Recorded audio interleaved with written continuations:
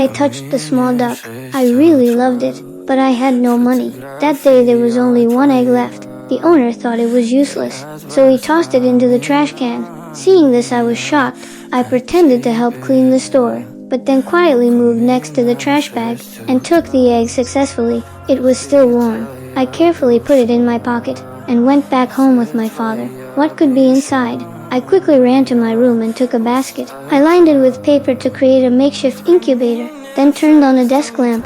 In the soft glow of the light, I seemed to see a tiny life. Then I sprayed some water, hoping that it would hatch soon. Several hours went by. There was no sign of any change. I patiently waited, and 2 days passed, yet there was still no movement. That day Dad called me to go camping. I sprayed some water once again, and turned to leave. Something miracle happened. The egg gently trembled, but my father and I had already left. The following day, as the warm sunlight filled the room, the silent egg finally cracked open. The little creature finally broke free. It was a small yellow duckling. So the little duck began its adventure. It slowly crawled over the computer, jumped onto the helmet under the desk, then slid down the clothes to the floor. Next it hid inside my sweater. It was so warm in there that the duckling fell asleep. But then an accident happened. Dad picked up the clothes and put them into a basket. When the duckling poked out its head, it was covered again by a piece of clothing. Then Dad placed the basket near the washing machine.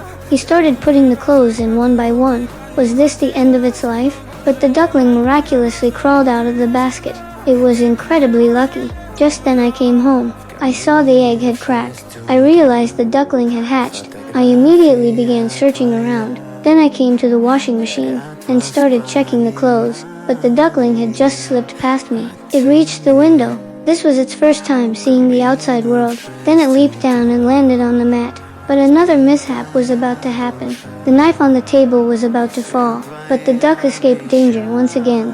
How lucky it was. Finally I found the duckling. I was overjoyed and decided to always stay with it. The duckling also felt warmth.